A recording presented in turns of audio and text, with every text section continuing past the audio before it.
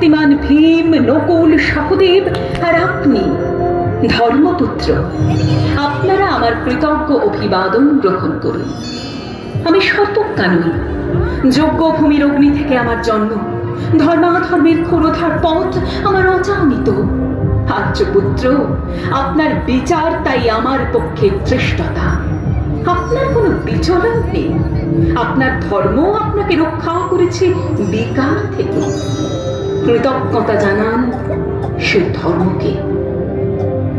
ভীমসেন, তোমাকে আমি ভালোবাসা দিই কখনো, তারটা ফিরেও চাইনি। শুধু তোমাকে আমার জিজ্ঞাসা ছিল ফাল্গুনী, ঊর্ধ্বচারী মৎস্যের ছায়ালীন চোখের থেকেও দুর্লক্ষ কি দুর্যোধনের বুক?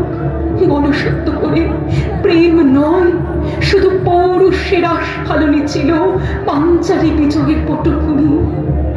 কিন্তু মিথ্যা প্রশ্ন, আমি জানি তোমার কোনো উত্তর নেই, যেমন নেই কোনো ভালোবাসা। তোমার শুধু আশা আছে। কৈশোর থেকে তুমি জেনে এসেছো বীরভোগ্যা পৃথিবী আর রূপমুগ্ধা নারী। জেনেছ একটি ধাত্র রাষ্ট্রের হাত থেকে ছিনিয়ে নিতে হবে কৌরব উত্তরাধিকার। জেনে এসেছো যেখানে যা কিছু সর্বোত্তম সেখানেই পৌঁছতে হবে তোমাকে। শুধু এই কুমারী লক্ষ্যের দিকেই তোমার দৃষ্টি, ধনঞ্জয়। তাই অনায়াসে তুমি সরে যাও এক নারী থেকে অন্য রমণীতে। তোমার পূর্বপুরুষেরা যেমন একদা এক তৃণপ্রান্তরকে নিঃশেষ করে চলে যেতেন বনান্তরে।